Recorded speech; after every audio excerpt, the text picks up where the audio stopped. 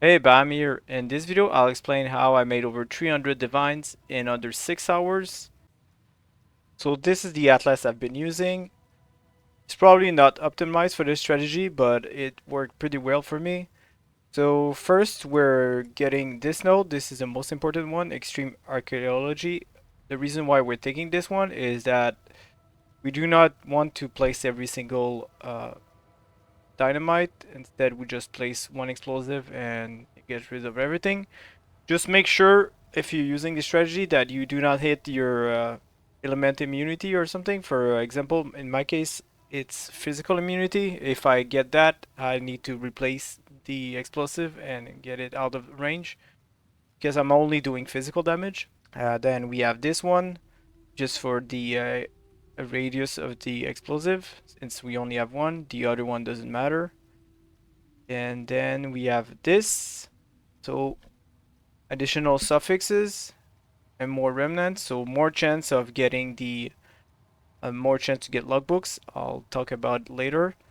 And then we pick that node, 50% increased quantity of logbooks dropped by unique runic monsters. Not unique, runic monsters. And your map contains 20% increased number of runic monsters. So just so you know, the only way to get logbooks are from runic monsters. The other thing is we're running daily, so delirium mirrors, and we're trying to get them to get some delirium orbs. Right now, delirium orbs actually sell in bulk, 3 delirium orbs for 1 divine. So yeah, it's pretty great.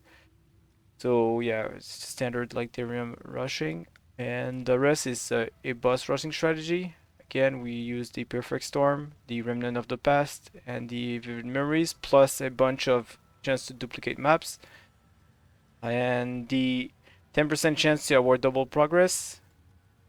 And yeah, that's about it. The rest is whatever you want to pick. Like for example, here I kept ice stuff, but you can change if you want. You can pick something else. If you're struggling, you can pick up shrines. Like shrines really help if you're having a hard time, because whenever you pop every single mob into the expedition, if your build isn't the best, well, you're going to have a problem. Alright, for this strategy, we actually need to use Chisel to get it to 20% quality. And then All Kit, we're trying to get at least 80% item quantity. The reason why we're aiming for that is that the more quantity, the more chances of logbooks. So it's important you use Chisel for this strategy. And then the other thing you need is at least a Polish Expedition Scarab. And then yeah, that's it. We use the Eater of World. We could be using the Searing Zark and switch our Atlas to have more chances to double the progress on it. But it doesn't really matter, it just adds up in time. And then yeah, we open the map and we just go. Right, now the question is it worth running with the Wildwood? Well, the answer is if you can pick up a bunch of yellow wisp, it's super rewarding and you can actually get a bunch of logbooks. But blue and purple do not do much, and to be honest, I would rather run 2 maps instead of 1 map with the choose from the Wildwood, because as I said, only the yellow one is actually good, the rest doesn't really matter. So if you spawn somewhere that doesn't have any yellow, you're actually wasting time. So from my testing, it was better to run it without the Wildwood, but this is something you could look into. So the most important thing when running expedition is actually look for that modifier, increased quantity of expedition logbooks dropped by runic monsters, and to avoid the immunity to whatever the type of damage you're dealing, and then you can set the explosive and go on. Sometimes you will get a couple of logbooks from your expedition, but some other times the money will actually come from the coins. So Tujin coins and Danning coins are especially worth it. The exotic coinage are about 16 per divine, and the Beryl medallion about 13 to 14 per divine. And sometimes there's a lot of drop from the expedition, so you can actually get more than a divine worth of coins, as you can see here. Alright, now that we understand how it works, where does the big money actually come from? So picking up logbooks or logbooks that sell for around 80 chaos. You can actually split them instead, and split beasts are like 25 chaos, and sell both split and to for 80 chaos. I don't know why, but people pay the same for split and non-split. But so this is a good like half a divine every time you sell one. So whenever you pick up one, it's pretty much a divine minus the 25 chaos for the split beast. So maybe let's say 135 chaos. It adds up pretty fast, and since we're running map in 1 minute to 1 minute and a half, and the scarabs are pretty cheap, around 3 chaos per, I was paying a divine for 55 to 60 scarabs, so it's pretty cheap.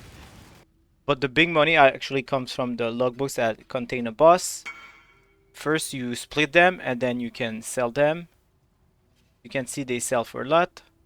The other thing you can do instead of just splitting them and then selling is to actually run them. The reason why they're so pricey is that there's a challenge that requires to kill a boss with 10 remnants. So if you advertise that challenge, you want to sell it into 820, actually advertise it for 3 divines and it would fill instantly. So that's another way you can make some currency. The way I did it is I actually advertised for it first, and I was saying want to sell boss for logbook box with 10 remnants for 3 divines, and then people would message me. I would tell them to wait into my hideout and then get the logbook going, get at least 10 remnants, then get to the boss, and then tell them to come in. That way they do not die and waste portals or stuff like that. As you can see here, I wait for everyone to get in, and once they have loaded, you can kill the boss and actually collect the coins. That's like 25 coins, is actually close to 2 divines, so there's that. And then you collect the 3 divines for each person. That's 12 divines. Sometimes I would have 5 people at once, so that's 15 divines. So a single logbook can actually give you 30 divines if you think about it. You get the logbook with a boss and then split it, and then you get a run for 3 divine per person, which 5 people. Yeah, you do that twice, that's 30 divines. So yeah, this is the divines I have. I have some more in my currency tab, but this is just from doing this strategy. And I have some Bureau Medan exotic coinage to sell. Some logbooks I haven't split yet. I would have to sell. As I said, each of them, whenever you sell them, they're actually worth a divine because each part is worth 80 chaos, and even more if you sell in bulk. So yeah, we have a bit over 300 divines. This is just a tip that selling challenges when it's past like a month is actually super worth it. And another good one I didn't touch on, but I actually tried doing is trying to get the trial master to spawn.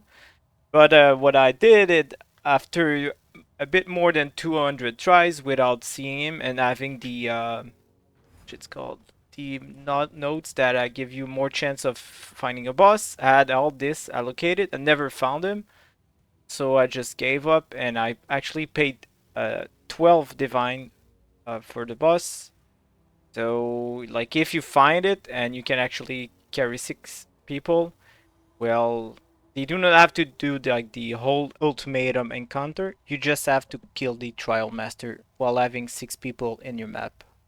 And yeah, you can make money with that, like challenges. The another good example is the map. So if we look at Remarkable Realms, right? The Doriani Machinarium is like 25 divines right now. So this is another one. Like if you maybe bought it early league, or if you are delving and you actually find this, well, it's worth way more than it was because people are trying to get their challenges done. As you can see, I did my 40 out of 40. The trial master was actually my last one I needed. So checking the challenges can always be a good idea on how to make more currency. Hope this was helpful, and as always, take care, guys.